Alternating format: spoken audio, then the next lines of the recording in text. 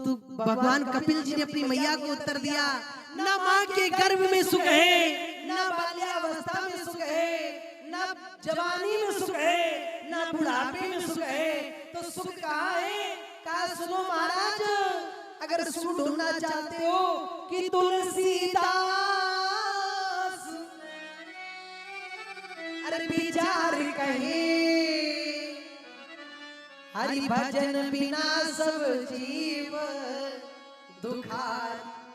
अगर भगवान को पाना चाहते हो तो भगवान का भजन करो। अगर दुख को मिटाना चाहते हो, कोई तन दुखी, कोई मन दुखी, अरे कोई धन बिन राहत उदास, ऐसे घट घट सब दुखी, सुखी राम के दास। सुखी कौन है? जो भगवान के पास है, भगवान के समीप है, वही सुखी है हमारा। सुख को पाना है तो भगवान का भजन करो, तभी कल्याण है। बोलो गोविंद भगवान की। आज महाराज और सर आगे की ओर बढ़े जाकर का सुनो, भगवान ने लीला रची। राजा परीक्षित ने सुखदेव महाराज से प्रश्न किया, कहा प्रभु आपने मनु महाराज की 2 कन्याओं के विषय में दर्शाया, इनकी तीसरी कन्या का विवाह किसके साथ हो? का सुनो महाराज। मैया शत्रुपा और मनु की तीसरी कन्या है प्रसूति। आकृति देवती प्रसूति, रीति इत विश्रुता। तीसरी कन्या का नाम है मैया प्रसूति। कहा प्रभु इनका विवाह किसके साथ हुआ? कहा प्रसूति का विवाह राजा दक्ष के साथ हुआ। राजा दक्ष का नाम सुना है भैया? राजा दक्ष कहा दक्ष ये वही है ना जिन्होंने भगवान शिव का अपमान किया था? कहा ये वही दक्ष है। कहा प्रभु मुझे इनकी कथा श्रवण करा, सुनने की बहुत इच्छा है। आज भैया कथा प्रारंभ कर दी। राजा दक्ष के यहाँ 16 कन्याओं का जन्म हुआ। राजा दक्ष और मैया प्रसूति की 16 कन्याएं हुई। कौन सी? कहा सुनो 13 कन्याओं का विवाह धर्म देवता के साथ हुआ। हमारे हिंदू सनातन धर्म में के 13 पत्नियां हैं प्यारे। जिस सनातन धर्म में हम और आप आज स्मरण कर रहे हैं, हरि का गुणगान कर रहे हैं महाराज, इस धर्म की 13 पत्नियां हैं भैया। मालूम है कौन कौन सी? बड़े भाव से सुनिएगा। कथा वही है, कथा इतिहास पुरानी, कथा कभी नई नहीं होती है। कथा वही है, लेकिन कहने का भाव अपना अपना होता है, विचार अपने अपने होते हैं।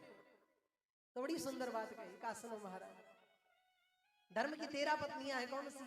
श्रद्धा मैत्री दया शांति, अरे तुष्टि पुष्टि क्रियोन्नति,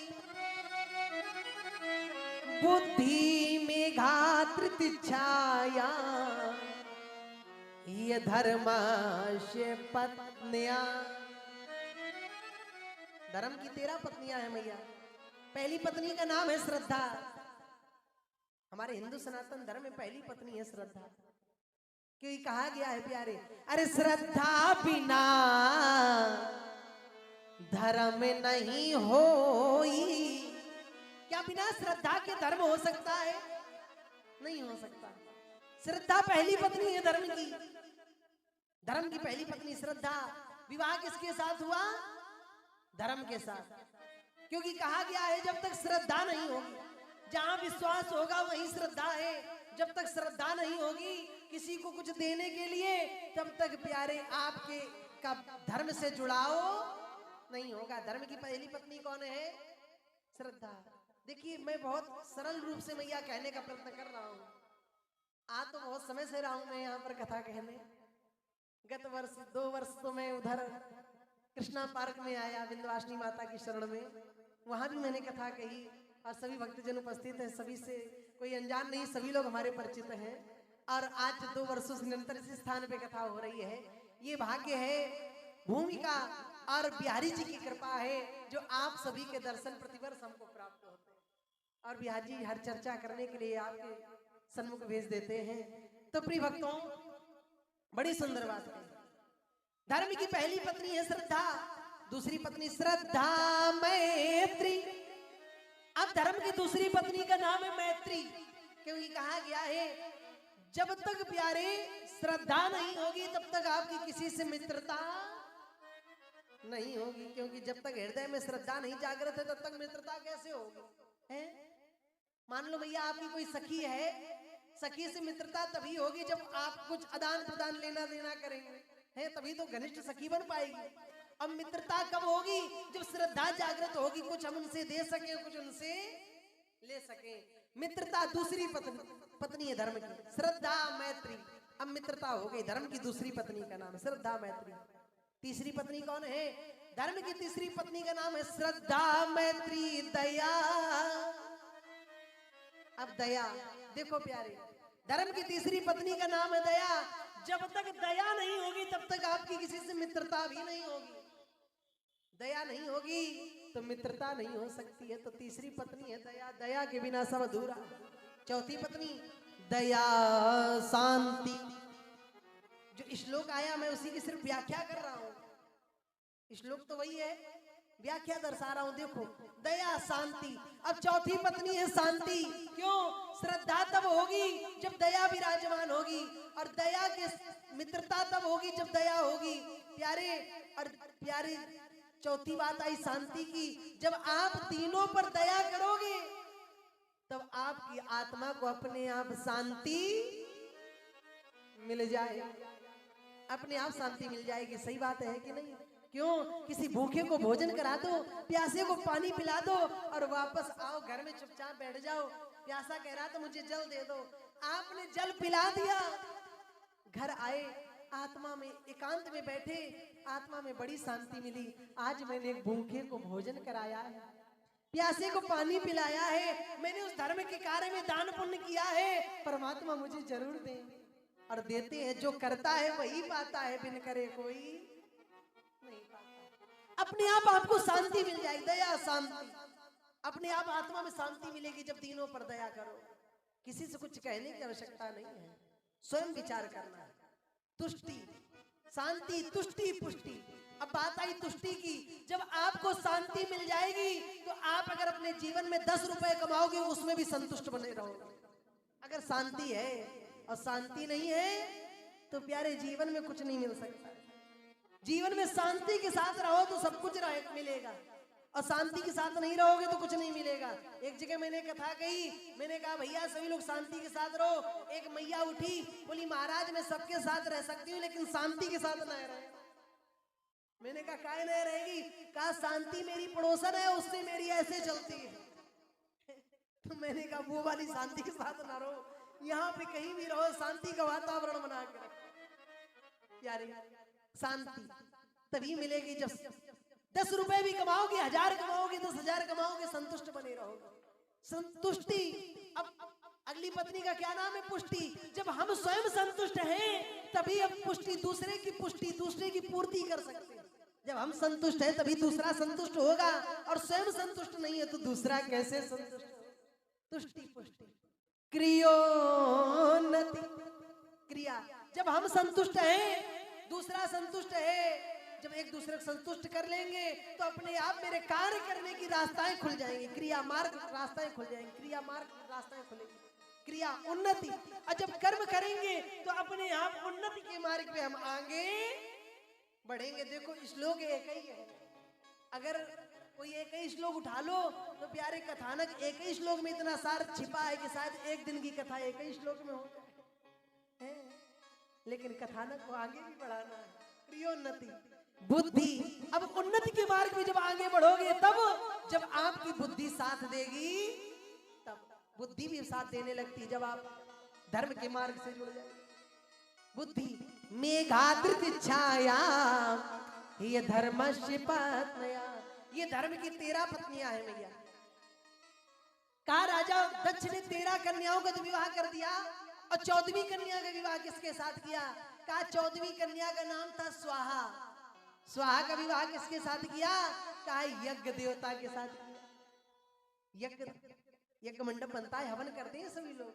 यज्ञ की पत्नी का नाम है स्वाहा, और यज्ञ की एक पत्नी नहीं है, यज्ञ की दो पत्नी है महाराज, एक का नाम है स्वाहा और दूसरी का नाम है दक्षिणा।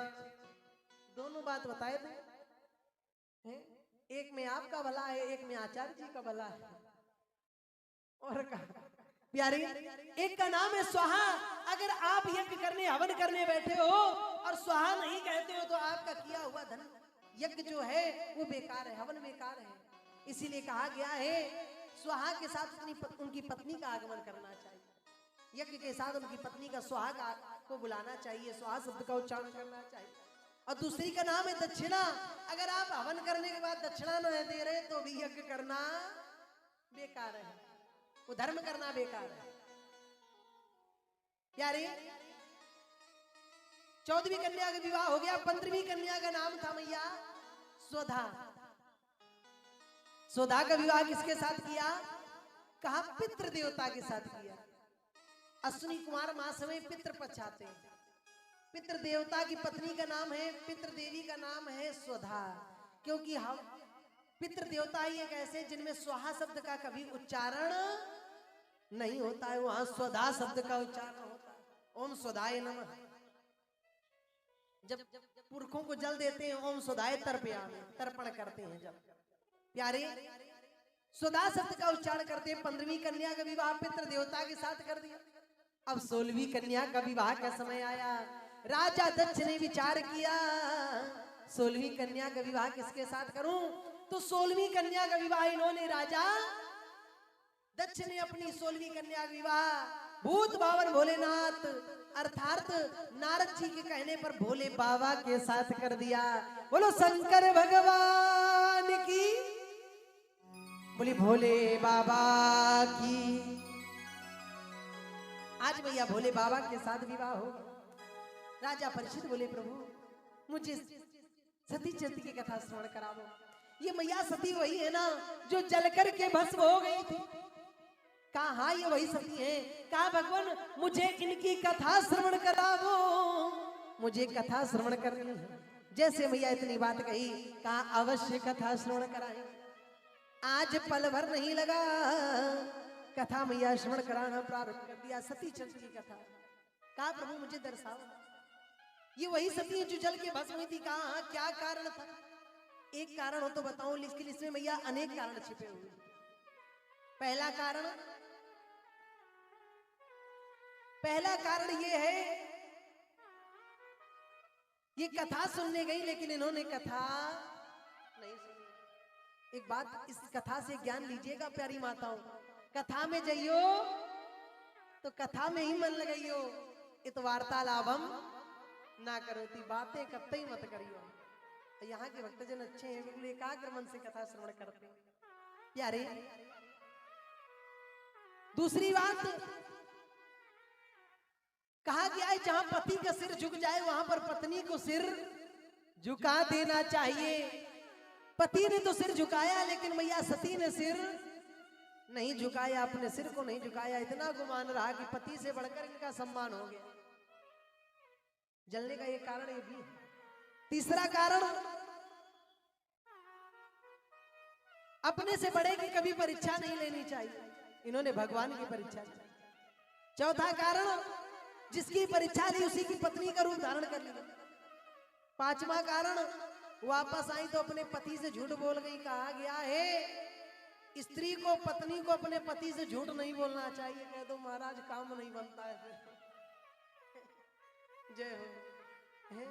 कछु ना कछु तो झूठ बोलना ही पड़ता है, लेकिन ऐसा नहीं है।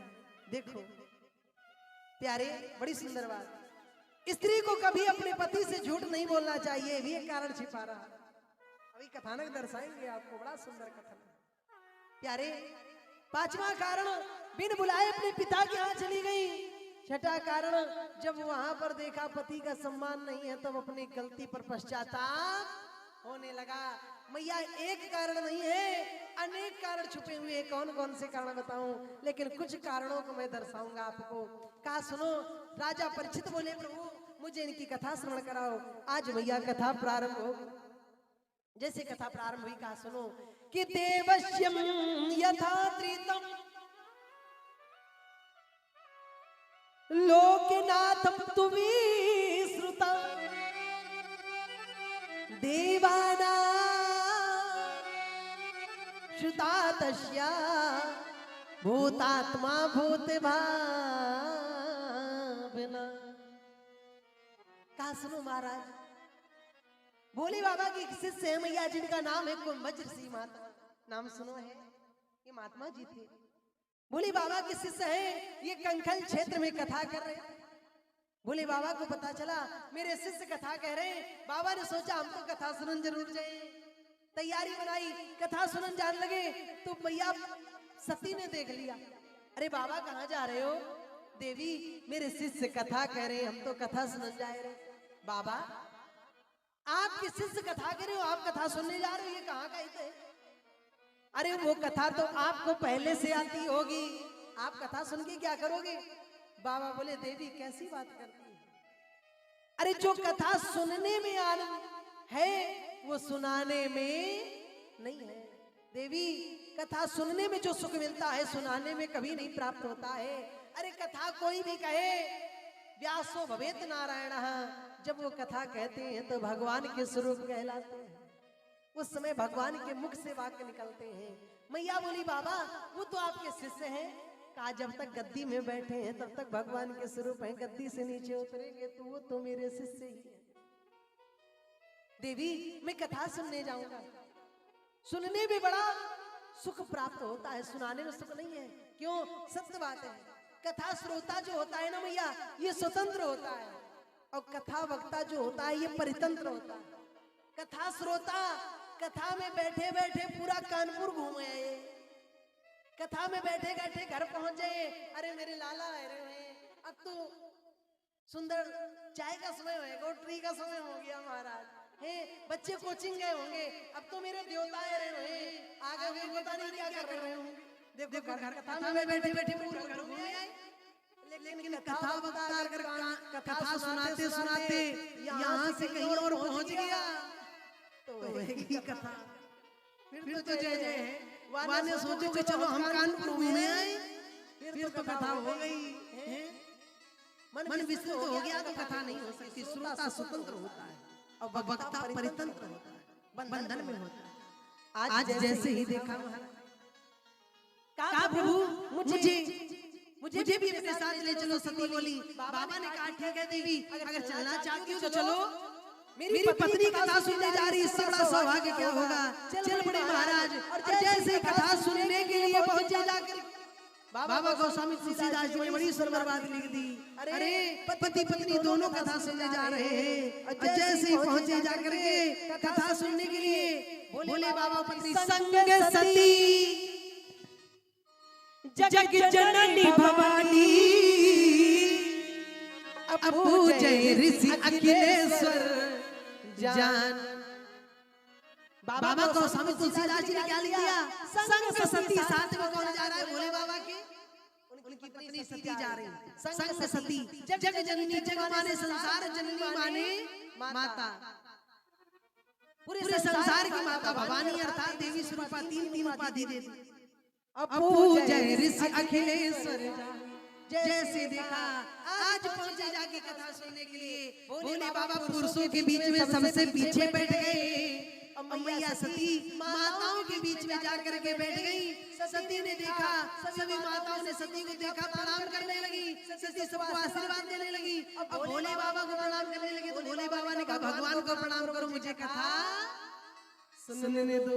सती बैठ के बातें करने लगी। अब भोले बाबा कथा में मगन हो गए। भोले बाबा पारलौकिक कथा सुनने लगे और सती ने लौकिक बातें करनी प्रारंभ कर दी। देखो पहली गलती, कथा सुनने गई लेकिन कथा नहीं सुनी। आज जैसे कथा नहीं सुनी, देखा क्या कथा परिपूर्ण हो गई। कथा जैसे ही संपूर्ण हुई, भोले बाबा ने सोचा भैया हमने तो कथा सुनी है।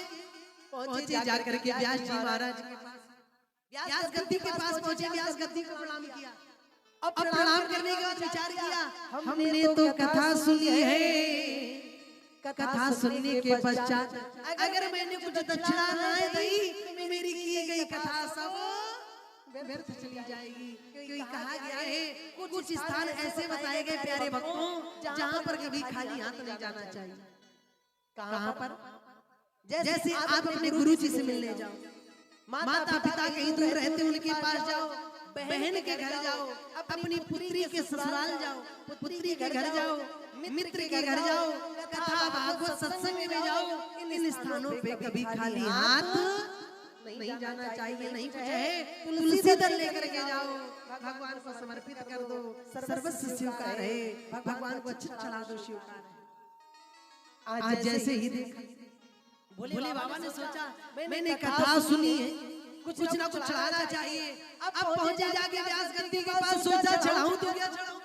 भोले बाबा के पास कुछ है तो चढ़ाइए महाराज, जब चढ़ाइए ना है तो भैया चढ़ाइए क्या? क्यों? सब कुछ सबको दे दिया कि धन धन भोले बांट दियो, अरे तीनों लोक के पल भर में ऐसे दीन दयाल मेरे सबू भरे खजाने पल भर। प्रथम वेद ब्रह्मा को दे दिया, जो बने वेद के अधिकारी। ब्रह्मा जी को वेद दे दिया तो वेद के अधिकारी बन गए। अब विष्णु को दे दो चक्र सुदर्शन, लक्ष्मी सी सुंदर नारी। विष्णु जी को भोले बाबा की देन है। क्यों? अगर समुद्र मंथन का पिस ना पीते तो लक्ष्मी जी कहां से मिल जाते? इंद्र को कामधेनु दे दिया, अरे ऐरावत सा बलकारी हाथी दे दिया। अब कुबेर को तुमने बना दिया प्रभु सारी संपत्ति का अधिकारी। कुबेर को संपत्ति का अधिकारी बनाने वाले भोले बाबा भोलेनाथ अपने पास कछु नहीं रखा, आप बसे बाघंबर में। ऐसे दीन दयाल मेरे सबू भरी खजाने पल भर। ऐसे बाबा भोलेनाथ जो सबको सब कुछ प्रदान करने वाले हैं। जैसे ही देखा आज प्रणाम करना प्रारंभ कर दिया। भोले बाबा ने सोचा मैंने सबको सब कुछ दे दिया, लेकिन व्यास जी को क्या चढ़ाऊं, गद्दी में क्या चढ़ाऊं? कुछ नहीं है भैया पास। सही बात है, सबको सब कुछ दे, अपने पास कुछ नहीं, बाघंबर लपेटे बैठे महाराज, कुछ नहीं बचा। प्रिय भक्तों सबको सब कुछ दे दिया। यारे एक बार एक महल बनवाया अपने लिए, रावण ने पूजा कराई, कहा कुछ मांग लो, कहा यही महल दे दो, वो भी महल दे दिया। महल तो महल, एक बार रावण ने जाना संसार में अगर सबसे कोई सुंदर देवी है तो पार्वती है। भोले बाबा के पास आए, तपस्या करी, वरदान मांगा, बाबा जो मांगोगा दोगे, अवश्य दूंगा। क्या चाहिए? कहा अपनी पत्नी को दे दो। देखो भैया क्या मांगा? भोले बाबा से कहा अपनी पत्नी को दे दो। बाबा बोले ले जाओ, धन है बाबा भोलेनाथ, ले जाओ। रावण ने क्या किया? पार्वती को उठाया, लेकर के चल पड़ा। और जैसे लेके चल पड़ा तो मैया पार्वती ने सोचा अगर रावण लेगा तो सब गड़बड़ हो जाएगा। क्या किया? याद आया, अरे जिसका गुणगान मेरे भोलेनाथ जिनको भजते आज हम भी उनको पुकारेंगे। तब पार्वती ने गोविंद को पुकारा और भगवान बालक का रूप धारण करके, चरवाहे का रूप धारण करके आए। मार्ग में खड़े हो गए। अरे रावण किसे लेकर जा रहे हो? रावण ने कहा पता नहीं है, पार्वती मैया को, पार्वती को लेकर जा रहा हूँ, भोले बाबा की अर्धांगिनी को। जो सुना कहा रावण कैसी बात करते हो? मैया पार्वती बोली हे गोविंद आप मुझे बचा ले, जो कहा बचा लो। भगवान बोले मैया चिंता मत कर। अरे रावण, हे ब्राह्मण देवता, क्या संसार में कोई अपनी पत्नी तुम्हें दे देगा? भगवान ने भ्रमित करना प्रारंभ। ये पार्वती नहीं है, ये तो नकली पार्वती है। कहा मैं कैसे मान लूं? कहा इनके शरीर से दुर्गंध आ रही है। जो कहा पार्वती ने दुर्गंध उत्पन्न करनी प्रारंभ करी। रावण समझ गया ये असली पार्वती नहीं है, वहीं पे छोड़ दिया और छोड़ के चली गई पार्वती। मैया ने भोले नाथ का स्मरण करके गोविंद को प्रणाम किया। प्रभु अगर आज आप मुझे ना बताते तो सीता हरण से पहले पार्वती को ही रावण ले जाता। जय जय नारायण, बोलो गोविंद भगवान की आज जो देखा भोले बाबा ने सोचा मैं भेंट में दूं तो क्या किया जाए, विचार ही कर रहे थे क्या दिया जाए। तो अपने गले से सर्पों की माला उतारी और व्यास जी की गद्दी में चढ़ाई दी। महाराज यही भेंट रख ली। महात्मा जी ने कहा ये क्या है, कहा ये दक्षिणा है। महात्मा जी बोले हम तो दक्षिणा नहीं लिए। भोले बाबा बोले हम तो यही दक्षिणा दी। महात्मा जी बोले बाबा अगर आप ये सर्व रूपी दक्षिणा एक बार ऐसे कर दो तो मेरे गोविंदाय नमो नमः, हमें तो दक्षिणा नहीं चाहिए। कहा फिर ऐसा करो महाराज, अभी हमने आपको कथा सुनाई, अब आप हमें कथा सुना दो। अगर आप कथा सुना दोगे तो हमारा और आपका हिसाब बराबर हो जाएगा। जैसे इतनी बात यही आज भोले बाबा बोले ठीक है। अब कुंभज सी महात्मा नीचे बैठ गए और भोले बाबा व्यास गद्दी में बैठ गए। पुनः कथा प्रारंभ हो गई। भक्त हाथ जोड़ के विनती करने लगे, आज तो मेरा जीवन धन्य हो गया जो एक बार नहीं दो बार कथा सुनने को मिल रही है। क्यों? अरे हरि हर कथा बिना जत बेनी,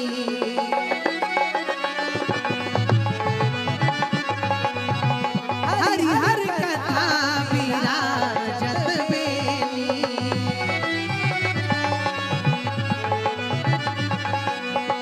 हरि हर कथा बिना जत बेनी,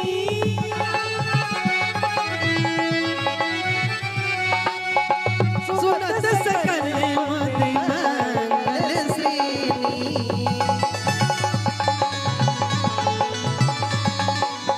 सुनत सकल मत मंगल श्रेणी,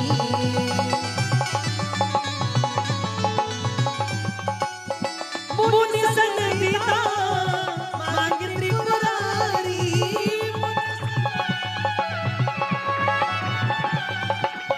चले भवन संग दक्ष कुमारी,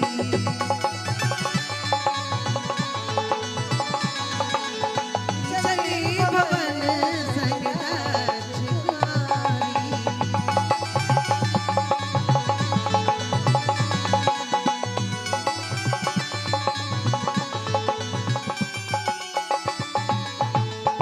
हरि हर कथा विराजत बेनी और सुनत सकल मुद मंगल श्रेणी।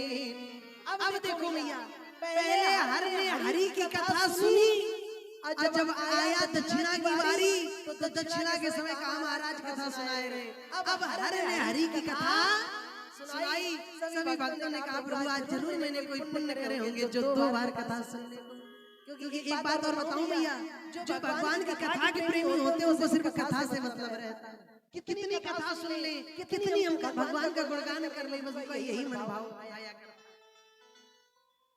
आज जैसे ही देखा चल पड़े महाराज, सभी से आज्ञा मांगी चल पड़े। लेकिन 2 बार कथा हुई किंतु सती ने कथा नहीं सुनी। 2 बार कथा नहीं सुनी, सभी से आज्ञा मांग के चल पड़े। भोले बाबा विचार कर रहे हैं, अरे मैंने कथा तो सुनी और सुनाई है, अगर इसी क्षण भगवान के दर्शन हो जाए तो मेरा जीवन धन्य हो। विचार करते जा रहे थे, परमात्मा ने लीला रची। उसी समय भगवान राम को 14 वर्ष का वनवास मिला। त्रेता युग की कथा है भैया प्यारी।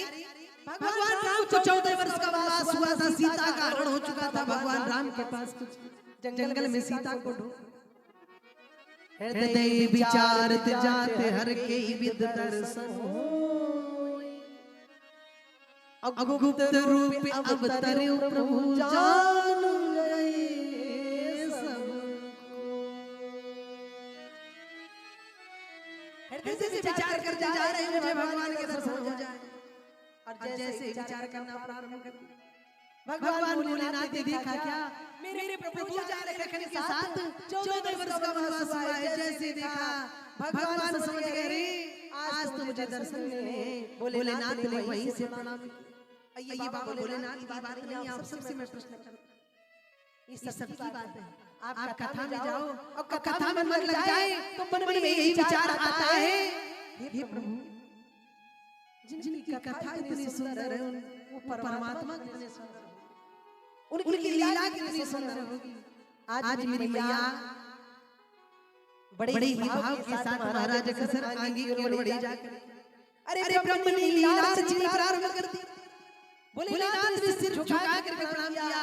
सती से कहा देवी तुम भी प्रणाम करो। सती ने कहा स्वामी कौन है? ये मेरे प्रभु हैं, प्रणाम कर लो। मैया देखो आप प्रणाम कर लो। तो सती ने कहा स्वामी कैसी बात करते हो? अरे जो आपके प्रभु हैं, जो अपनी पत्नी को नहीं ढूंढ पा रहे हैं, वो नारायण कैसे हो सकते हैं? बाबा भोलेनाथ बोले देवी ये तो लीला रच रहे हैं, ये लीला रच रहे हैं देवी, ऐसी बात नहीं है। जाओ इन्हें प्रणाम करो। भोले बाबा ने प्रणाम किया, लेकिन सती ने प्रणाम नहीं किया मैया।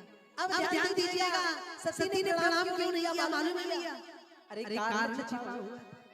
सती ने सोचा पूरा संसार मेरे पति के आगे सर नवाता है। संगर जगत बंधु जगदीश, देखो संगर जगत पूरे जगत में संसार बंधु जगदीश पूरे संसार के ईश्वर है। असुर सुर माने देवता, नर माने मनुष्य, मुनि माने संत, महात्मा नाम वही सीसा। जब सब मेरे पति को प्रणाम करते हो, मैं इन बच्चों बालकों को क्यों प्रणाम नहीं प्रणाम किया? कहा गया जहाँ पति का सिर झुक जाए वहाँ पत्नी को सिर झुका देना चाहिए, लेकिन ना सिर नहीं झुकाया। प्यारे ऐसी देवी अर्धांगिनी कहलाती है। प्यारे अर्धांगिनी पद से उनका त्याग हो जाता है। भोले बाबा ने त्याग किया है, यहीं से अपना अर्धासन छीन लिया। जहाँ पर पति से सम्मान से बढ़कर अगर आपने अपना सम्मान समझा तो अर्धांगिनी कहलाने का योग आपको नहीं प्राप्त। नाम भोले जुड़ा रहे। जैसे सती का त्याग करने के पश्चात ही भोले बाबा के साथ नाम जुड़ा रहा, नाम भोले जुड़ा रहे, लेकिन सम्मान प्रतिष्ठा नहीं। आज जैसे देखा भगवान लीला रचना कर महाराज कसर आगे और बढ़े जाके मैया, और जैसे ही बढ़े भोले बाबा ने कहा कोई बात नहीं, पहुंचे कैलाश पर्वत पे पहुंचे। मैया सती ने पूछा, जब पहुंच गई वहां पर, माताओं का एक स्वभाव होता है भैया जी, जो माताएं बैठी है का एक स्वभाव होता है। कैसा स्वभाव? अगर पति कोई बात पहले समझाएंगे बताएंगे तो उतने से समय नहीं मानेंगी, और बाद में कहें जब रात या दूसरा दिन 2-3 दिन बाद अपने आप कहें कि स्वामी आपने ये बात बताई थी कि बात सही है कि नहीं? अगर पति देवता कैसे सही है, ये बात कैसे सही है? इससे स्वभाव होता है।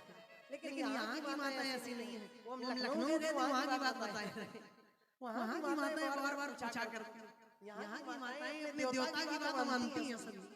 और कहा प्यारे आज पूछना प्रारंभ किया, क्या वो आपके सभी में प्रभु हैं? जो पूछा भोले बाबा बोले सब बात कहा मैं कैसे मानूं? भोले बाबा समझ गए शंका का पंछी मन में बैठा है। तो भोले बाबा बोले देवी अगर विश्वास नहीं है तो जाओ, जो तुम्हारी मन अति संदेह तो तिन जाई परिचाले।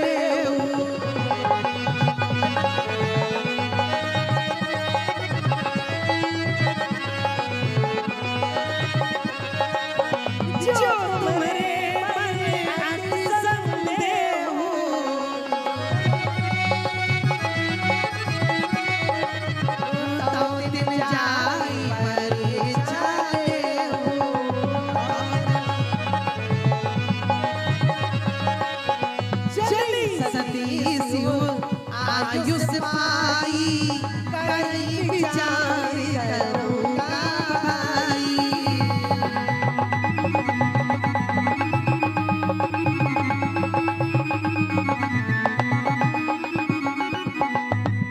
कि जो तुम्हारे मन अति संदेह तो तिन जाई परीक्षा ले। जाओ देवी, अगर तुम्हें विश्वास नहीं है तो जाकर परीक्षा ले लो मेरे प्रभु हैं कि नहीं। देखो भोले बाबा ने समझाया, लेकिन समझ में नहीं आया, चल पड़ी मारा। प्यारे चली सती शिव आयुष पाई। प्यारे ध्यान रखना, जब पत्नी अपने पति की बात को कसर ना माने करके, विश्वास न रख करके उस पर जाकर स्वयं संदेह को मिटाने के लिए परीक्षा लेने चली जाए तो समझ लेना अब ये रिश्ता जो है इसमें गांठ पड़ गई। एक बात और बताऊं, आपने तो सुना ही होगा ग्रहण सूर्य और चंद्रमा में पड़ते पड़ भी रहे। अभी चंद्र ग्रहण 8 तारीख को है भक्तों, लेकिन सूर्य ग्रहण चंद्र ग्रहण के साथ एक ग्रहण और है। संस्कार में संसार वो संस्कारी है, बिना उसके संस्कार की कोई कार्य पूर्ण नहीं हो सकता है। वो है पाणी ग्रहण। कौन सा ग्रहण? पाणी ग्रहण किसे कहते हैं? विवाह कार्य को पाणी ग्रहण, अर्थात जिस पर किसी की कुदृष्टि ना पड़े तो वो है पाणी ग्रहण। लेकिन जहां पर इसमें जब तक आपस में स्नेह प्रेम बना है, सदियों एक घर आंगन में सब परिवार बैठ करके भोजन प्रसादी ग्रहण कर रहे हैं, तब तो वो पाणी ग्रहण सफल है। पाणी ग्रहण सफल कब तक है?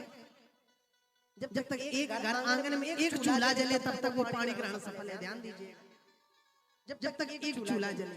क्यों? जिस घर आंगन में एक चूल्हा जलता है, जहां सभी मिलकर के एक साथ भोजन करते हैं, एक साथ उस भोजन को ग्रहण करते हैं, तो वो होता है प्रसाद। प्रसाद सबके साथ ग्रहण किया जाता है।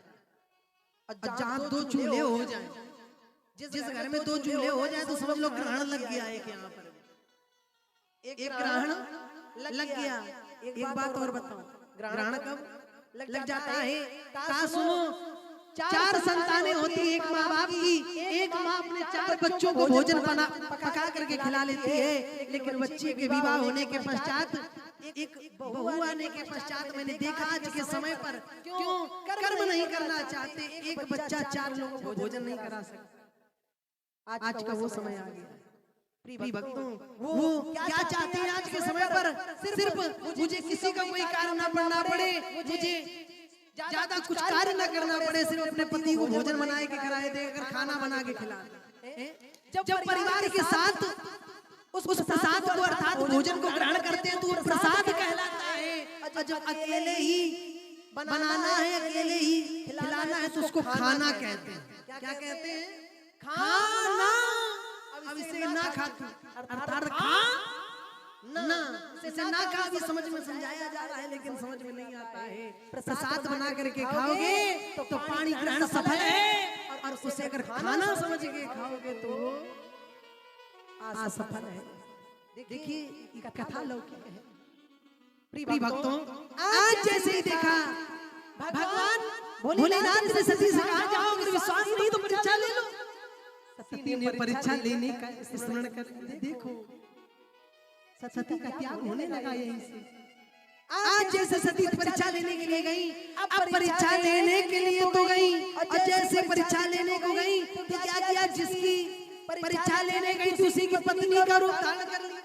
और जब पत्नी का रूप धारण किया, भगवान राम ने देखा, अरे ये कौन आ रहा है? भिखारी। लक्ष्मण ने देखा, लक्ष्मण दी कौमा कृत बेसा। लक्ष्मण ने देखा, पहचान गए। और लखन क्यों पहचान गए? क्योंकि लक्ष्मण कौन है? शेषनाग, जो आपके साथ 24 घंटे रहने वाला हो। आप कहीं आपसे कुछ दिनों के लिए दूर हो जाए और अचानक कहीं आपको मिल जाए, बताओ पहचान जाएगा कि नहीं? लक्ष्मण भोले बाबा के साथ रहने वाले कैसे नहीं पहचानेंगे? पहचानेंगे। लक्ष्मण ने देखा, भैया देखो मैया आ रही है। जा कहा मैया आ रही है? तो भगवान राम से क्या छिपा था? कर्म दुनिया से अपने छिपा जाओगे, इनकी आंखों से बचकर कहाँ जाओगे बचकर के? आज जो देखा भगवान पहचान गए।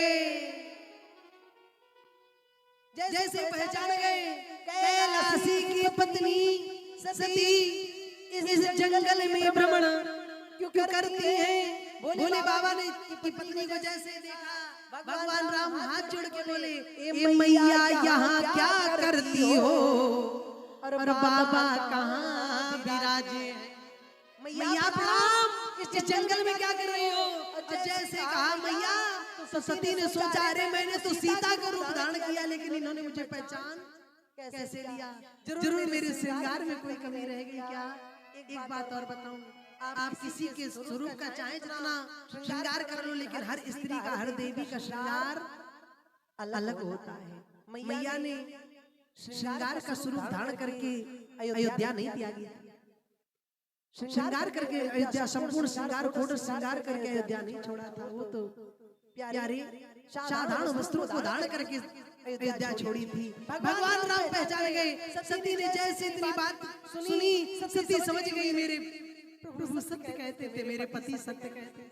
आज मुझसे बहुत बड़ी गलती हुई है। मैया जैसे गलती पश्चाताप हुआ, सती वापस कैलाश पर्वत पे आई और देखा क्या भोले बाबा समाधि पे बैठे हुए, समाधि पे बैठे हुए हैं। आवाज दी बाबा, बाबा बाबा की जब समाधि परिपूर्ण हुई तो बाबा ने पूछा देवी परीक्षा ले आई, तो आज सती ने फिर से एक झूठ बोल दिया। क्या ए बाबा, अरे कछुना परीक्षा लीन गुसाई,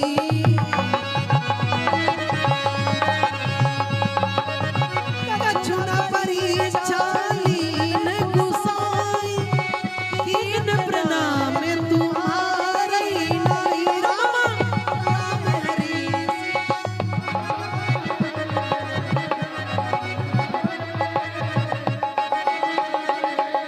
कछुना परीक्षा लीन गुसाई,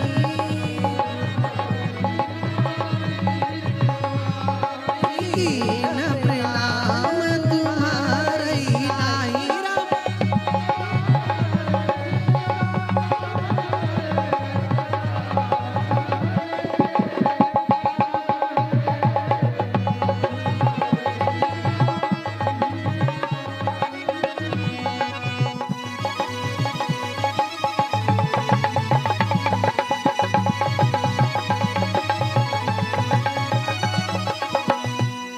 कि कछुना परीक्षा लीन गुसाई, अकीन प्रणाम तुम्हारे नाई। स्वामी क्या कहा, कछुना कोई परीक्षा नहीं ली, कीन प्रणाम तुम्हारे नाई, हमने आप ही की तरह प्रणाम किया। ये सती बोली। भोले बाबा ने ध्यान किया, समझ गए क्यों, जब मनुष्य झूठ बोलता है ना तो वो कहे ना कहे लेकिन उसका मुखड़ा सब कुछ कह देता है। आपसे कोई गलती हो जाए आप किसी से मत पूछना, आप कोई पुण्य करना या पाप करना किसी से मत पूछना। कोई पाप करना अपने घर में जाना, आईना के सामने खड़े हो जाना, दर्पण के सामने खड़े हो जाना, अपने आप से पूछना, आपका दर्पण आपको उत्तर दे देगा आज तुमने बहुत बड़ा पाप। और पुण्य करना फिर आईने से पूछना तो दर्पण कहेगा तुमने बहुत सुंदर किया, इसका प्रतिफल मुझे जरूर। आज जैसे ही विचार करना प्रारंभ कर दिया, भोले बाबा ने ध्यान किया, समझ गए सती मुझसे झूठ बोल रही है। और जैसे जान गई मैया सती झूठ बोल रही है, कीन प्रणाम तुम्हारे नहीं कह रही, जैसे आपने प्रणाम किया वैसे हमने प्रणाम किया। ये नहीं कह रही है जैसे आपने उनको प्रणाम किया वैसे उन्होंने हमको प्रणाम किया। बाबा समझ गए, शंकर आसन सन्मुख दीना। भोले बाबा ने अर्धांगिनी पद का आसन छीन लिया, सती सन्मुख आसन दे दिया, और बगल में आसन पत्नी का होता है और सामने आसन मां का होता है। क्योंकि मेरे भोले बाबा ने विचार किया, मेरे प्रभु मेरे इष्ट हरि ने भगवान राम ने कहा है ए मैया यहाँ क्या करती हो, मेरे प्रभु ने माँ कहकर के पुकारा है, और जब ये मेरे प्रभु की मैया हो गई तो ये सती तो मेरी भी अम्मा हो गई। भोले बाबा ने सोचा अब तो ये मेरी भी माँ हो गई, जो देखा और माँ का आसन सामने आसन दे दिया।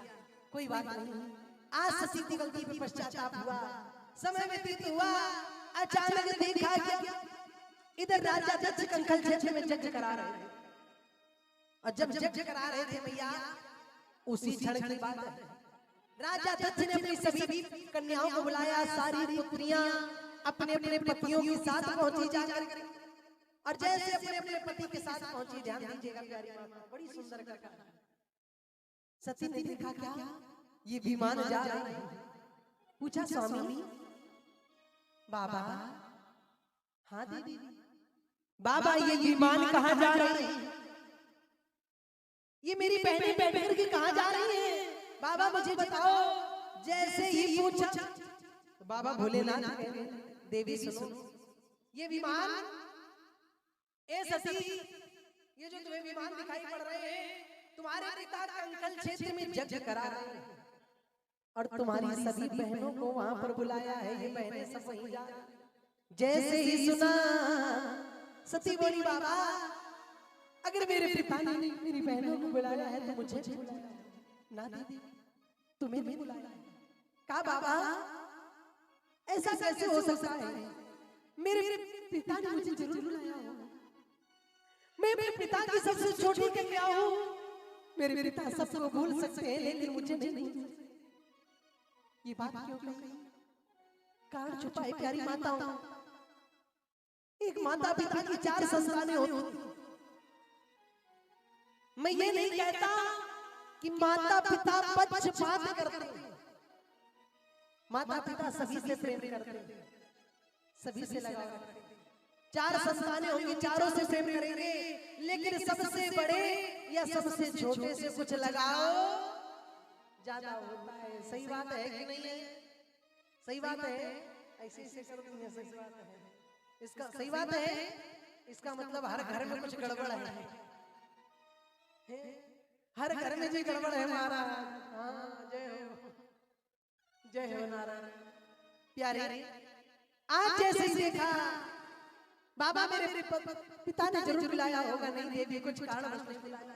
क्या कारण है? कुछ कारण है, बताओ बाबा। का एक कारण है, थोड़ी सी तुम्हारे पिता से और मेरी बात विवाद के कारण नहीं बुलाया। का कौन सा कारण? बोले बाबा, बोले उसका सुनो देवी, मैं तुम्हें दर्शाता हूँ। हे देवी, ना कुछ थोड़ी सी बातों का अब तक विध्वंस समाया है। अरे जिसके कारण तुम को तो क्या, अरे मुझको भी नहीं बुलाया है, मुझको भी नहीं बुलाया है। ओ मेरे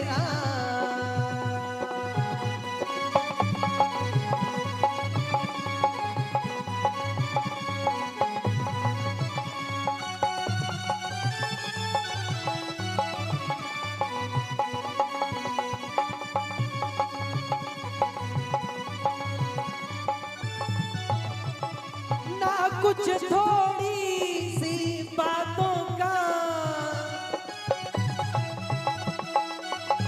अब तक भी विध्वंस समाया है।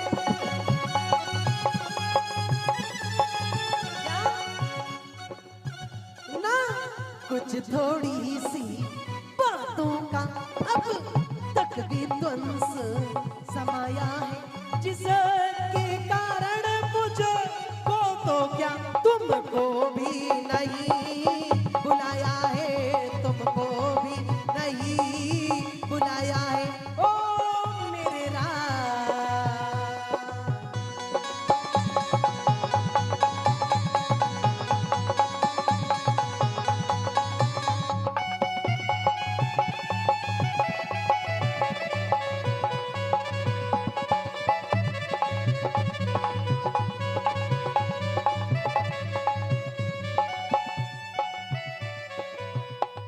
गोविंद भगवान की।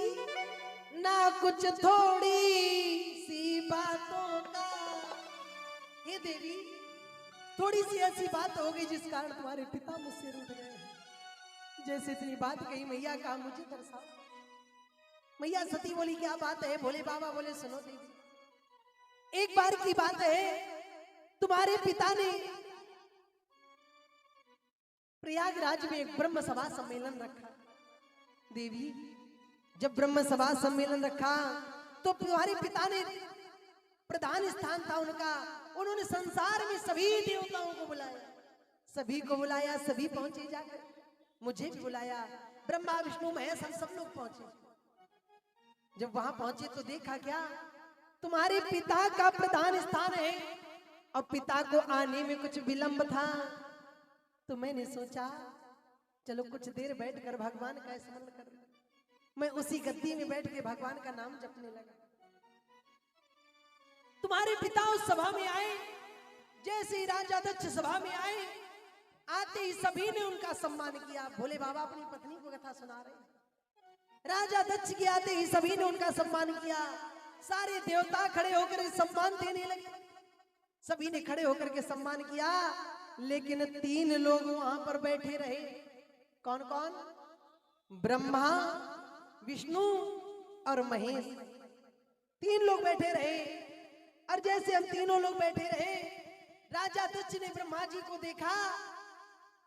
देखा क्या रे, ये 3 लोग बैठे हैं। पिता ब्रह्मा को देखा तो याद आया, अरे ये तो मेरे पिताजी हैं। पुत्र के सामने पिता अगर अपने आसन पे खड़े हो जाए तो ऐसा करना उचित नहीं है, अनुचित है, पाप है। पिताजी हैं, बैठे रहने तो कोई बात नहीं। पिता को बैठा। आगे बढ़े, देखा क्या विष्णु भगवान भी बैठे हैं। राजा दक्ष ने विचार किया, ये तो मेरे बाबा हैं। अब नाती आए और बाबा खड़े हो जाए, ये तो गलत है। कोई बात ना है, बाबा है मेरे, बैठे रामदी भोलेनाथ। और आगे बढ़े, देखा क्या भोलेनाथ बोले देवी। राजा दक्ष और आगे बढ़े, देखा क्या रे भोलेनाथ भी बैठे हुए हैं, ये तो मेरे दामाद हैं। जैसे भोले बाबा को बैठे देखा राजा दक्ष ने, राजा दक्ष को क्रोध आ गया। क्रोध भर आया, मैया अरे सबने उठकर के मेरा सम्मान किया, और जो मेरा अपना था, जिसको मैंने अपनी कन्या ब्याही, उसी ने मेरा अपमान किया।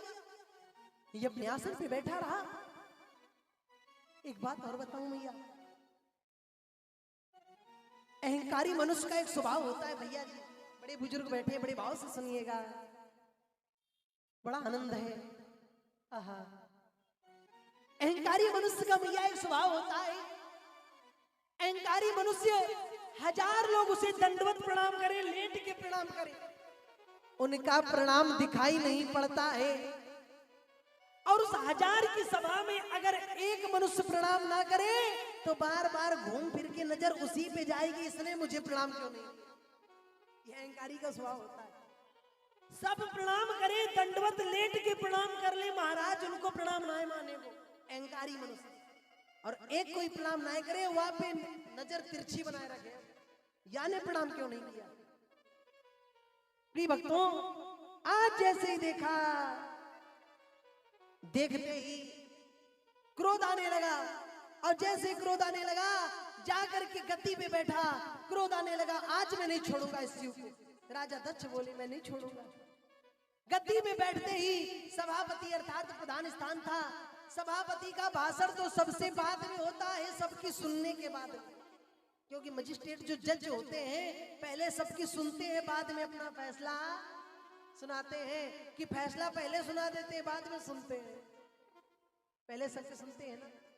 लेकिन आज जैसे ही बैठा जाकर के राजा दक्ष, बैठते ही सभापति ने अपना भाषण चालू कर दिया। ए सभावासियों, ध्यान रखना, आज के बाद जहां पर कभी सभ्य लोगों की सभा लगी हो, वहां पर कभी असभ्य को बुलाना नहीं चाहिए। लोगों ने सोचा, रे यहां सभ्य के बीच में असभ्य कौन आ गया। दूसरी बात, सभापति का भाषण तो बाद में होता है, ये पहले भाषण क्यों देने लगे। अहंकारी का स्वभाव है। एक बात और बताऊं, ये क्यों बोलने लगा, क्योंकि प्यारे कहा गया ये गद्दी का पावर था, कुर्सी का पावर था। ऊंट पे बैठने के बाद, ऊंट पर, ऊंट तो जानते, ऊंट पे बैठने के बाद हिलना अपने आप आ जाता है महाराज। ऊंट के ऊपर बैठ जाओ, हिलने की जरूरत नहीं पड़ेगी, वो जैसे चलेगा वैसे आप खुद ही हिलते रहो, हिलना अपने आप आ जाता है। उसी तरह कुर्सी मिलने के बाद, बढ़िया गद्दी पावर मिलने के बाद, बोलना अपने आप ही आ जाता है। हाँ सही बात है, जो ना करना चाहिए वो भी करने लगते, जो ना कहना चाहिए वो भी कहने लगते। प्यारे, आज जैसे देखा आप सबसे कहना प्रारंभ कर दिया। लोगों ने पूछा असभ्य कौन है, कहा ये शिव, ये क्या जाने सम्मान किसे कहते हैं, भस्म को रमाने वाला, भांग धतूरे खाने वाला। मैं आया और इसने सम्मान ना किया, इसे तो समाज में बुलाना ही उचित नहीं था। लोगों ने देखा क्या, राजा दक्ष शिव को अपशब्द कह रहे हैं, जैसे हजार अपशब्द कहे, हजारों अपशब्द कह डाले, लेकिन भोले बाबा ने एक भी अपशब्द ना कहा। क्यों? भोले बाबा ने कहा, रे ये मेरे पत्नी के पिता है तो मेरे भी पिता है, मेरी पत्नी के पिता है तो मेरे भी पिता है, मैं कैसे जवाब दे दूं? भोले बाबा कुछ नहीं बोले, लेकिन प्यारे नंदी महाराज से रहा ना गया। नंदी महाराज बोले, ए राजा दक्ष, तू मेरे बाबा का अपमान करता है। जिसके पास गद्दी पावर होती है मैया, वो नहीं बोलता, उसके अगल बगल वाले ज्यादा बोलते हैं। नंदी बोल से रहा नहीं गया, मेरे बाबा का अपमान करता है। मुझे लगता है ये राजा दक्ष नहीं बोल रहा है, राजा दक्ष की जगह कोई बकरा चिल्ला रहा। जैसे इतनी बात कही मैया, भोले बाबा ने नंदी को कहा, नंदी शांत हो जाओ, नंदी शांत हो जाओ। नंदी बोले, बाबा ये आपके ससुर हैं और आपको अपशब्द कह रहे हैं, आपको गाली दे रहे हैं और आप उन गालियों को सुन रहे हो। भोले बाबा बोले, नंदी शांत हो जाओ, अरे ये मेरे ससुर हैं, छोड़ दो, कोई बात नहीं।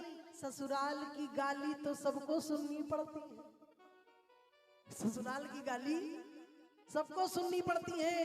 कुछ लोग शादी वाले दिन सुनते हैं, कुछ लोग शादी के बाद सुनते हैं। बात सही है। भोले बाबा ने कहा, सुनो ए नंदी, हम विवाह वाले दिन तो ना सुनी, बच्ची खुची रह गई थी तो बाद में सुनने वालों का हम कर, बात ही वाले हैं हम। भोले बाबा ने कहा, हमारी बात वाले में गिनती कर लो। जो कहा, अब तो मैया हजार अपशब्द कह डाले, कोई बात नहीं। भृगु महाराज से ना रहा गया। भृगु बोले, नंदी, जब ससुर दामाद लड़ रहे थे, तुम्हें बोलने का अधिकार किसने दे दिया? जाओ नंदी, मैं तुझे श्राप देता हूं, भोले बाबा के जितने गण है सब पाखंडी हो जाए। नंदी ने सुना, अरे भृगु ने श्राप दिया, तो नंदी ने भृगु को श्राप दे दिया, जाओ तू जैसे चाटुकार ब्राह्मण जो जिसकी गद्दी देखते हैं उसी तरफ झुक जाते हैं, ऐसे ब्राह्मण चाटुकार हो जाए, जाकर दरिद्र हो जाए जाकर। आज श्राप देना मैया प्रारंभ कर दिया। जहां पर ब्रह्म की सभा चल रही थी, वहां श्राप सभा चलने लगी, एक दूसरे को श्राप देने लगे। भोले बाबा ने सोचा, अगर श्राप सभा लगी रहेगी तो संसार का निराधार हो जाएगा। नंदी शांत हो जाओ, चलो ससुराल की गाली सुन ली, अब अपने घर चलो। नंदी को लिया, लेकर के चल पड़े। वापस आए, राजा दक्ष ने कहा, आज से मेरी सभा में ध्यान रखना, सभी को बुलाया जाएगा लेकिन शिव को कोई स्थान नहीं दिया जाए। मैया शिव को कोई स्थान नहीं दिया गया। आज भोले बाबा ने पूरी कथा, ये पूरी कथा आज नंदी को सती को सुनाई। सती को फिर भी मन ना भाया, कहा, बाबा मेरे पिता ने मुझे बुलाया होगा, बाबा समझ गए कि सती का जाने का मन है। बाबा ने कहा, देवी मैं तुझे मना नहीं करूंगा, लेकिन ध्यान रखना कि जहां मान ना हो वहां जाना नहीं, अरण में कभी पीठ दिखाना नहीं। जहां मान सम्मान ना मिले उस स्थान पे कभी जाना नहीं चाहिए। आवत ही हर्ष नहीं, नयनन नहीं सने, आवत ही खुशी ना हो, जाते समय जो स्नेह से ना मिले। कोई आपके घर में अतिथि आ जाए मैया, और आप किसी के घर में जाओ और वो देख के आपको स्टैचू बन जाए बिल्कुल, अरे ये कहां से आए गए, तो समझ लो बहुत बड़ा कष्ट हो गया, गम हो गया। इसे नैनों में स्नो ना दिखाई पड़े तो बाबा जी कहते हैं, अरे तुलसी वहां न चाहिए चाहे कंचन बरसे ने, वो अपना सब कुछ लिटा दे, सब कुछ सर्वस्व दान दे दे आपको, लेकिन उस स्थान पे कभी जाओ ना, अगर सम्मान न मिले त्याग कर दो उसका। आज जैसे ही देखा, बोले बाबा, बोले देवी बहुत समझा रहा हूं, नहीं मान रही हो तो जा सकती हो। बोले बाबा ने कहा, देवी अगर जाना चाहती हो तो जाओ। सती ने सोचा, पति ने कह दिया है, अब काहे की दिक्कत है, मन के भाव ना जान पाए। और जो देवी, जो स्त्री अपने पति की मनों के भाव को ना जान पावे प्यारे, तो एक सूत्र तो बंधा रहता है, गांठ तो बंधी रहती है, लेकिन जो सूत्र गांठ हृदय से बंधनी चाहिए वो कभी बंध नहीं पाती। आज सती अपने पति के हृदय के मन को न टटोल पाई, उसे ना जान पाई। भोले बाबा ने कहा देवी जाना चाहती हो तो जाओ। सती ने तैयारी बनाई और मैया चल पड़ी। जैसे ही भोले बाबा ने कहा, सती बोली मैं जाऊंगी, तो भोले बाबा ने कहा जाओ देवी, मैं मना नहीं करता हूँ, लेकिन ध्यान रखना ए सती, जाओ जाने की रोक नहीं, पर जाने पर पछताओगी।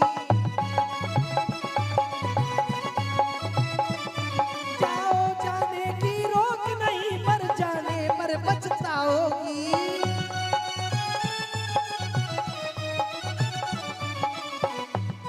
जाओगी जाओगी जाओगी सील स्वभाव से, जो बिन बुलाए तुम जाओगी।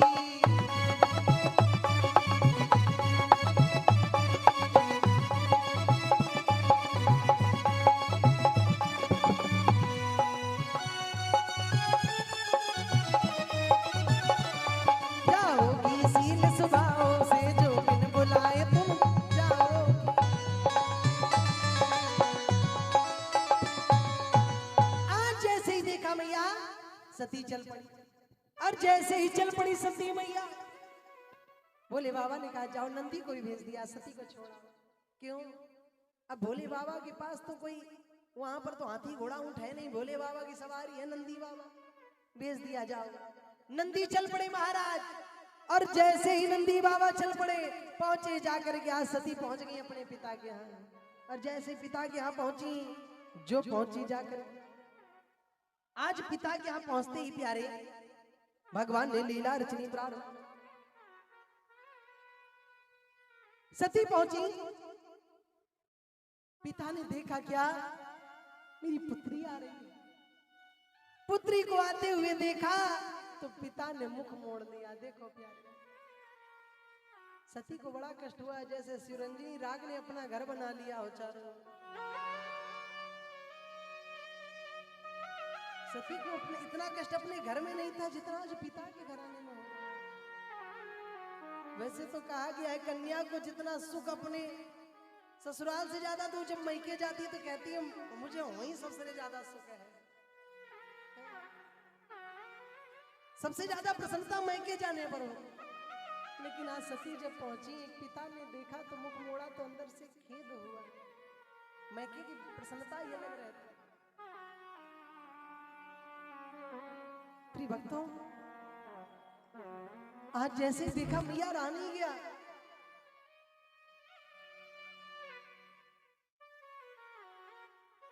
आगे बढ़ी सती तो देखा क्या, बहनें खड़ी हैं। बहनों ने देखा तो हर्ष उल्लास करने लगी।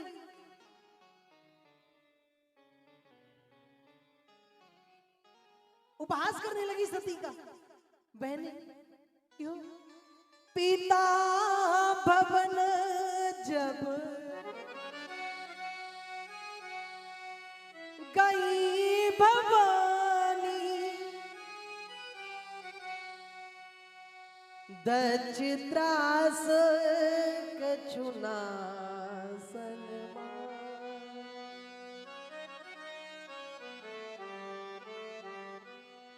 जैसे पहुंची जाकर के तो देखा, पिता को देखा, पिता की नैनों की ओर देखा तो कोई हर्ष उल्लास नहीं थी, तो आगे बढ़ गई।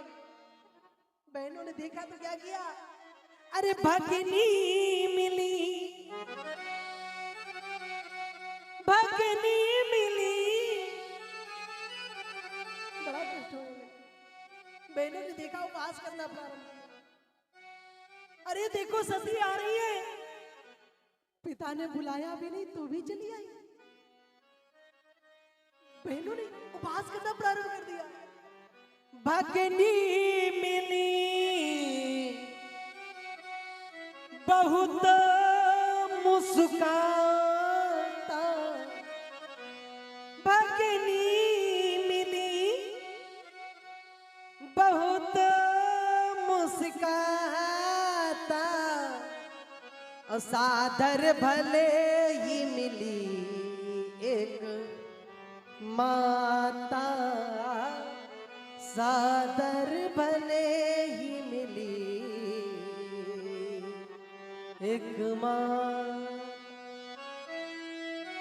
बहनों ने देखा आप सबसे कहना प्रारंभ कर दिया, अरे पिता ने बुलाया नहीं, बिन बुलाए चली आई। और तो और उस शिव के पास क्या हाथी घोड़ा नहीं थे जो अपनी पत्नी को नातिया में बिठा के भेज दिया? देखो उपहास कर रही है मैया। उसके पास क्या कुछ नहीं था जो ऐसे वस्त्रों में भेज दिया अपनी पत्नी को, जाओ चले जाओ मैं के। अब सबसे कहना प्रारंभ कर दिया, इतना गरीब हो गया वो शिव। हजार अब सबसे कहने लगी, आज सती को बड़ा कष्ट हुआ, सती के नैनों में अश्रु आ गए। अरे मेरी मैया, प्यारी माताओं, इस कथा से ज्ञान आप बहुत धनवान हो, आप बहुत पैसे वाली हो, अच्छी बात है। आपकी कोई बहन हो आपसे गरीब हो, उसके पास कुछ ना हो, गरीब हो, आपकी तरह धनवान ना हो, वो कैसे भी आए उसका सम्मान करना, कभी उसका उपहास ना करना। छोटी बहन जो होती है पुत्री के समान होती है, छोटी बहन कन्या के समान होती है, अपनी पुत्री छोटी बहन पुत्री और बड़ी बहन मां के समान होती है। अगर बड़ी बहन को मां का स्थान दिया गया है तो उसका फर्ज है अपनी छोटी बहन के कष्टों का हरण करना। अगर आपकी बहन आपसे धन में गरीब हो, कष्ट आपत्ति विपत्ति उसके पास में हो तो उसका हरण करने का प्रयत्न करना, उसका करी उपहास मत करना। आज उपहास करना प्रारंभ कर दिया। बहनों ने सती को कष्ट नहीं हुआ क्योंकि सती ने आज स्वयं गलती करी है। एक बात और बताऊं, जब कन्या बार बार अपने पति के घर से अपने मायके कभी अकेली जाए तो लोग उस पर भी उंगली उठाना प्रारंभ कर देते, या अत्यधिक समय तक मायके में ही बनी रहे तो भी लोग उंगली उठाने लगते हैं। कुछ लोग उसका एहसास करते हैं, कुछ नहीं करते हैं। प्यारे, लोग जरूर उंगली उठाते हो, कहने लगते जरूर कोई ना कोई बात है, कोई ना कोई बात है, तभी जी इतने दिनों से जहां पे बनी है समाज नहीं छोड़ती है। लेकिन प्यारे, आज समय विपरीत जैसे हुआ, उंगली उठानी प्रारंभ कर। बहनों ने अब सबसे कहा, अरे देखो क्या उस शिव के पास कुछ नहीं है? जो देखा मैया आगे की ओर बढ़ी, देखा क्या जो लोग खड़े थे अब सबसे कहने लगे सती को कष्ट नहीं हुआ। क्यों? क्योंकि समय विपरीत जब होता है तो मार्ग में पड़े हुए फूल भी कांटे बन करके छूटने लगते, समय विपरीत होता है। लेकिन आज माँ ने देखा, प्रिय भक्तों, माँ दौड़ पड़ी। कैसे दौड़ पड़ी? क्योंकि कारण छिपा था। माँ की ऐसी ममता होती है जो संसार में कभी अलग नहीं करी जा सकती है। प्रिय भक्तों, कहा भी गया है, अरे सादर भले ही मिली एक माता, सादर भले ही मिली एक माता।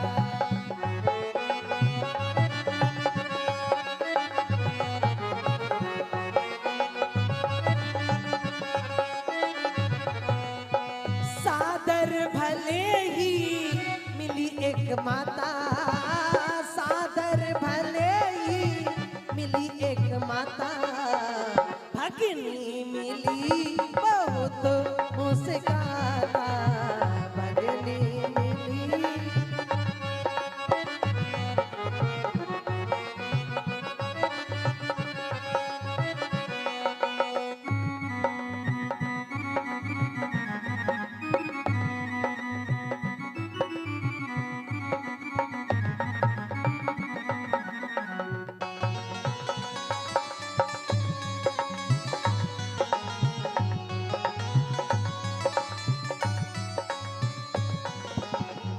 गोविंद भगवान की।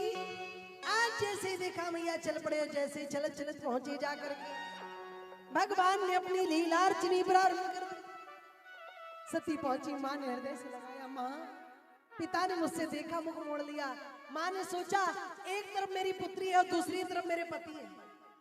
अगर मैं कन्या के पक्ष में बोलूंगी तो पति पाप की भागीदार बनूंगी, और पति की तरफ कहूंगी हाँ पुत्री हो सकता है पिता ने तुम्हें ना देखा हो, या इस कारण दुखी है, इस कारण तुमसे रुष्ट है, तो मेरी पुत्री को कष्ट होगा। माँ एक ऐसी होती है जो सब कष्टों को अपने आंचल में ही छिपा लेती है, लेकिन किसी से कुछ नहीं कहती। माँ ने देखा और देख करके प्यारी माताओं पुत्री से कहा, हो सकता है यज्ञ के कार्य में पिता व्यस्त है, तुम्हारी ओर ना देखा हो। अब बात रही बहनों की, अरे पुत्री, जहाँ 4 बहनें होती हैं वहां पर कभी ना कभी कुछ ना कुछ तो वही करता है। जहाँ 4 पात्र होते हैं वहां खटपट होती है। आज जैसे समझाया, मान गए कोई बात नहीं माँ, बहन का कष्ट नहीं है, मैं भी यज्ञ स्थल में जाना चाहती हूँ, जाओ चली जाओ। जो सुना जाओ। पहले तो समझाया, नहीं मानी। सती पहुंची यज्ञ स्थल पर, देखा क्या, सभी का स्थान है वहां, सभी बहनों का स्थान है, उनके पतियों का स्थान है, सभी का स्थान है। लेकिन सबके स्थान होने के पश्चात मेरे बाबा भोलेनाथ का कोई स्थान नहीं है। जैसे मैया इतनी बात सुनी, सबका स्थान है, मेरे बाबा का कोई स्थान नहीं है। जैसे ही देखा, आज मैया को बड़ा कष्ट हुआ। आज मैया समझ गई, भोले बाबा मुझे क्यों रोक रहे थे। आज अपनी गलती पे पश्चाताप हो गया। इसीलिए कहा गया है कि स्त्री को अपने पति की बात को समझना चाहिए, प्रयत्न करना चाहिए। अगर आप अपने पति की अर्धांगिनी हो तो उनके अर्ध अंग अर्थार्थ प्रिय भक्तों, उनके हृदय की मनोकामना को, मनोकांक्षा को जानने का प्रयत्न करो, तब आप अर्धांगिनी। अगर उनको कोई कष्ट हुआ और आपको एहसास है, अर्धांगिनी कहलाने के वही तो सती सावित्री बनती है, वही अनसुईया है। अनसुईया कहीं से बन के थोड़ी नहीं आई थी, वही देवती है, वही तारा है, वही अहिल्या है। आज जैसे ही विचार करना प्रारंभ किया, मैया लीला रचनी प्रारंभ कर दी। मैया ने देखा मेरे पति का कोई स्थान नहीं है। आज अपनी गलती पे पश्चाताप हुआ। अरे मैंने कथा नहीं सुनी, भगवान को प्रणाम नहीं किया, उनके रूप को धारण किया, प्रभु की परीक्षा ली, और जिसकी परीक्षा ली उसी की पत्नी का रूप धारण किया। वापस आके अपने पति से झूठ भी बोला। इसीलिए कहा गया है, सब कुछ करियो अपने देवता से झूठ ना बोले। प्यारे, बात को छिपाना एक अलग बात है। कोई बात है घर परिवार की, उसे आपस में समझा देना, छिपाना एक अलग बात है, लेकिन झूठ बोलना अलग। कोई छिपा दिया बात, किसी कोई हित की बात छिपा दो। मैं ये नहीं कहता कि हर बात घर की छोटी से छोटी बात को दर्शाओ, लेकिन उनसे कभी कोई अगर विषय की कोई बात है तो झूठ मत बोलो। अगर झूठ बोलोगे तो अनित होगा। अगर एक बार विश्वास उजड़ गया, विश्वास समाप्त हो गया, तो पुनः विश्वास चाहे जितना हो, गांठ अगर टूट गई तो फिर विश्वास चाहे जितना उसे जोड़ने का प्रयत्न करोगे तो गांठ लग ही जाएगी, अगर रस्सी टूट गई। प्रिय भक्तों, आज जैसे ही देखा, सती ने सब कुछ ध्यान किया, मैंने पाप किया है, मुझसे गलती हुई है। आज सती को क्रोध आया, शरीर से जरा नाम की अग्नि निकली, और उसी अग्नि में जल करके मैया सती खंड में विभक्त हो गई। एक एक टुकड़ा दूर दूर गिरा जा करके, और जिस स्थान पर जो अंश गिरा वहीं पर एक शक्ति पीठ तैयार हो गई। बोलो सती मैया की शक्ति पीठ तैयार हो गई। ये बात भोले बाबा को पता चला, सती का प्राण त्याग हो चुका है। बाबा को कष्ट हुआ, आपके गणों को दंड मिला है। बाबा को और कष्ट हुआ, मैया क्रोध जागृत हुआ, सर से जटा उठाई, जमीन में पटक दी। वीरभद्र महाराज जी का प्रादुर्भाव हो गया। बोलो शंकर भगवान की। भोले बाबा के अगर गणों में कोई बलवान गण है, अगर कोई सबसे बलवान गण है प्रिय भक्तों, तो वो है प्यारे, अगर वो कोई गण है तो वो गण है वीरभद्र महाराज। वीरभद्र महाराज से बड़ा कोई गण नहीं है बाबा भोलेनाथ। अगर बल की प्राप्ति करना चाहते हो तो वीरभद्र का स्मरण किया करो, अगर बल चाहिए। आज जैसे ही देखा प्यारी मैया, महाराज अग्रसर आगे की ओर बढ़े, बारंबार प्रणाम किया, लीला रचनी।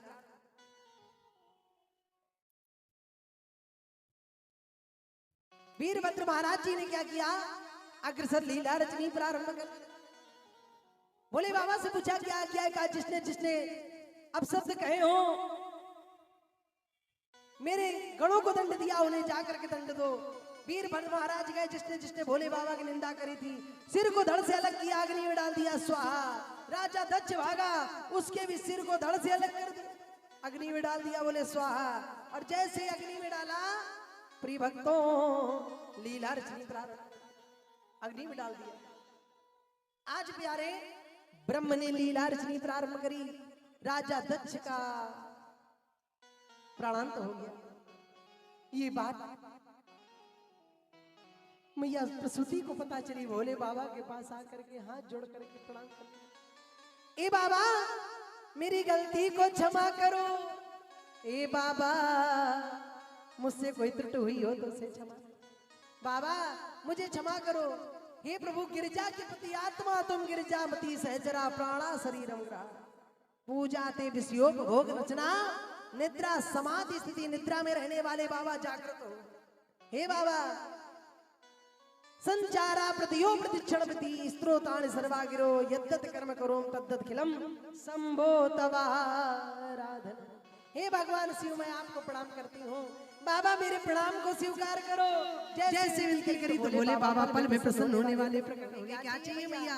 बाबा क्योंकि भोले बाबा ये कैसे देव है मैया जो पल भर में प्रसन्न होते हैं। सब देवों में अगर कोई देव है तो कौन है? महादेव सबसे भोले वाले देव हैं। जल चढ़ाए दो तो खुश, फूल चढ़ाए दो तो खुश, फल चढ़ा दो तो खुश, दूध चढ़ा दो तो खुश, चीनी चढ़ा दो तो खुश, समय कछु ले तो बेशरम के फूल चढ़ाए दो तो धन्य है बाबा भोलेनाथ, सर्वस्व में खुश रहने वाले। आज जैसे देखा महाराज अत प्रसन्न हुए, मैया बोली ए बाबा मेरे पति को जागृत करो। मैया उनका तो उद्धार हो गया, अब कैसे जागृत करो बाबा? आप जो चाहो सो कर सकते हो, ब्रह्म वाक्यम ब्रह्मा के वाक्य उठ सकता है, लेकिन आप चाहो तो मरे हुए को भी जीवित कर सकते हो, क्योंकि आपके पास मृत्युंजय मंत्र है। बाबा ने सुना, विचार किया मैया अरे ये मेरी पत्नी की माँ है तो मेरी भी माँ है, और माँ ने पहली बार कुछ मांगा है, मैं अवश्य। भोले बाबा ने क्या किया? आज त्रिशूल को छोड़ा का जो पहला जीव मिल जाए उसका सिर काट के ले आओ। त्रिशूल गया और सबसे पहले एक बकरा मिल गया, उसी के सिर काट के ले आओ। बकरे का ही सिर क्यों मिला? क्योंकि नंदी ने श्राप दिया था राजा दक्ष को, तुम्हारा सिर बकरे का सिर हो जाए। आज जैसे इतनी बात कही, उस सिर को लेकर के आया त्रिशूल। बाबा ने क्या किया? राजा दक्ष के धड़ से उस सिर को जोड़ दिया, मृत्युंजय मंत्र का पाठ किया। अब मृत्युंजय मंत्र का पाठ करने के पश्चात जैसे मंत्र का पाठ किया, मंत्र का पाठ करते ही आज पल भरना लगा।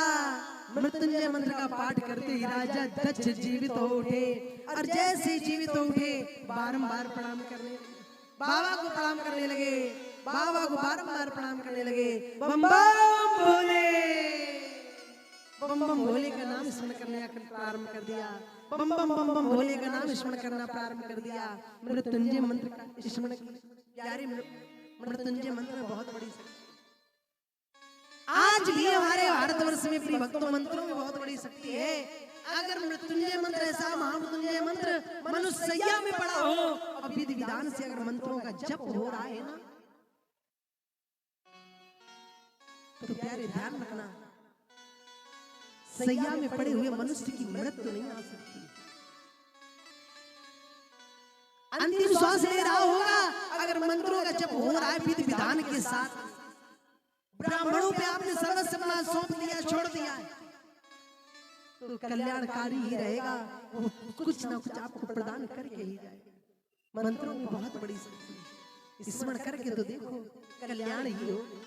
आज जैसे देखा प्रिय भक्तों, जैसे बम बम का स्मरण किया, बम बम कहते गुणगान करने लगे, तब से आपने देखा होगा जितने भी कावड़िया हैं जब भी जाते हैं तो बम बम भोले का नाम स्मरण करते हुए जाते हैं।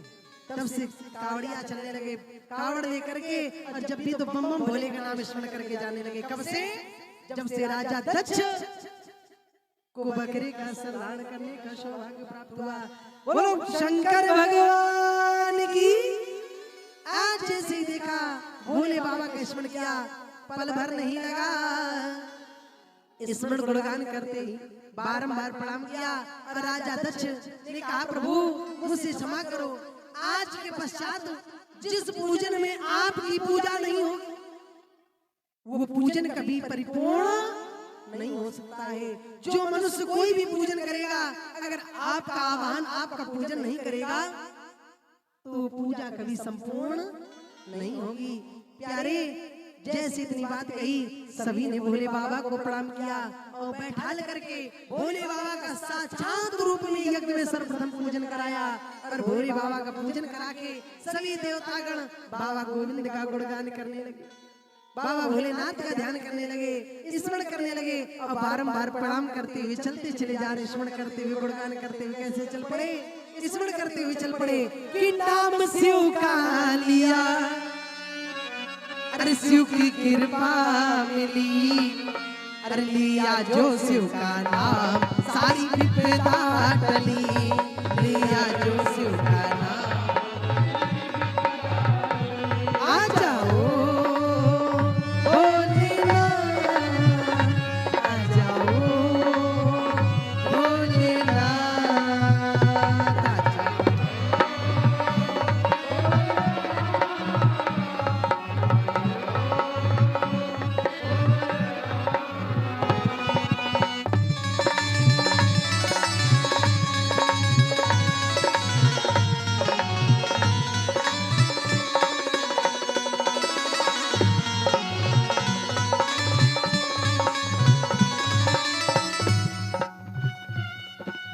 देवों के हित में जहर पी लिया,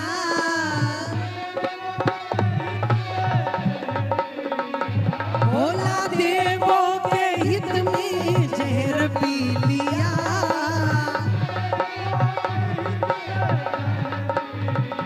तूने जग का सदैव नाथ हित ही किया, तूने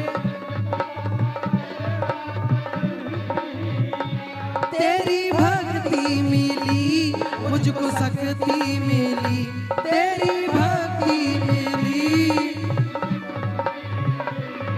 लिया जो शिव का नाम सारी विपदा टली, लिया जो शिव जय हो।